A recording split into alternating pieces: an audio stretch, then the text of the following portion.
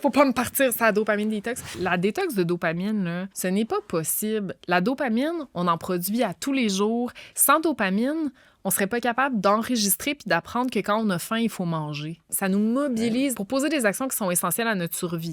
Les périodes d'abstinence, c'est un peu ce qu'on voit avec les dry January de ce monde, ou ces périodes-là où on s'abstient de consommer pendant une certaine période de temps. Ce que la recherche elle montre, c'est que ça peut augmenter notre capacité à mentaliser les raisons pour lesquelles on se tourne vers ces comportements-là en général. OK, se donner un petit temps de réflexion. C'est de prendre un break, dans le fond. Exact. D'une relation avec quelque chose qu'on considère toxique. Voilà. Puis là, j'ai vraiment du mal à te dire, pour le brain rot, ça a été démontré qu'une détox de 1 mois, il n'y a pas de recherche là-dessus, fait que on le sait pas. Il y a vraiment des termes qui ont été popularisés là, sur les médias sociaux. Moi, ce qui me navre dans l'utilisation de ces termes-là, c'est plus qu'il y a cette mode-là en ce moment que d'utiliser les neurosciences pour vendre. Tu sais, il y a plein de consommateurs qui, parce que ça fait appel à un système neurobiologique, dans le nom, c'est dopamine detox, on va se dire « Ah, c'est sûr, ça marche. C'est basé sur la science. Donc, je vais consommer. »